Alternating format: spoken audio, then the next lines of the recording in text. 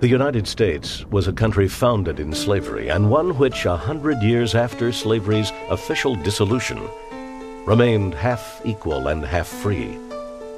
The Reverend Dr. Martin Luther King Jr. was a pacifist, a Baptist minister, a spiritual man with a dream to eradicate injustice, and a brilliant tactician with a plan to make that dream come true. We've got some difficult days It was a plan ahead. which called for non-violent but unremitting resistance to racial discrimination in all its sanctioned forms.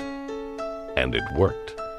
Dr. King commanded respect and attention for a civil rights movement whose time was long overdue.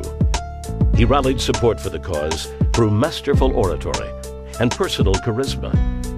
But mostly he did it through shining example, absorbing physical beatings, jail terms, and scathing criticism from enemies and supporters alike, without ever veering from his But path. it really doesn't matter with me now. It was a path that led him to such ordinary outposts as Memphis, Tennessee, where he journeyed in April 1968 to lend support for a strike by that city's We've got some sanitation difficult workers. days ahead. It was there, standing on the balcony outside his room at the Lorraine Motel in the dimming sunlight that afternoon, that the 39-year-old Nobel Peace Prize winner made one final sacrifice for his cause.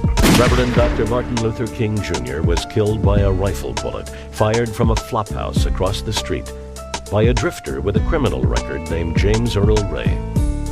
News of his death sent shockwaves across the country as millions expressed their sorrow and grief, some quietly, others in a violent rage. I ask every citizen to reject the blind violence that has struck Dr. King.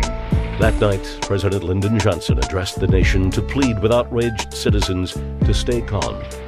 I know that every American of goodwill joins me in mourning the death of this outstanding leader and in praying for peace and understanding throughout this land. Though Dr. King's aims of racial harmony and economic justice remain far from settled, his personal legacy remains an inspiration to We've got millions some of others. difficult days ahead. Through their efforts, his dreams refused But it to really die. doesn't matter with me now, because I've been to the mountaintop. Like anybody, I would like to live a long life. Longevity has its place. But I'm not concerned about that now. I just want to do God's will. And He's allowed me to go up to the mountain. And I've looked over and I've seen the promised land.